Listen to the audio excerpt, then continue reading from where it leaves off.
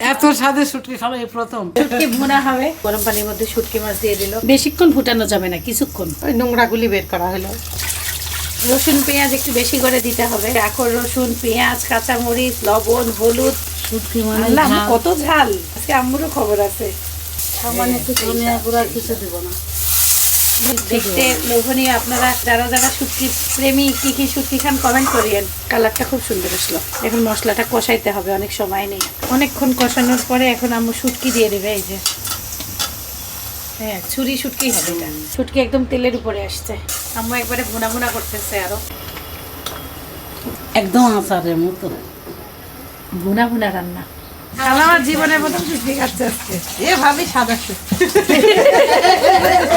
গন্ধ নাই তো শুটকি। রান্নার পরে গন্ধ কমে যায়। খাইলেই খাওয়া যায়, এই হলো কথা। শুটকিটা আচারের মতন রান্না হলে যেমন মজে গেলে, শুটকিটা মজে আচারের মতন হয়েছে। ঝাল লবণ সব একদম ব্যালেন্স অ্যাকুরেট। পারফেক্ট।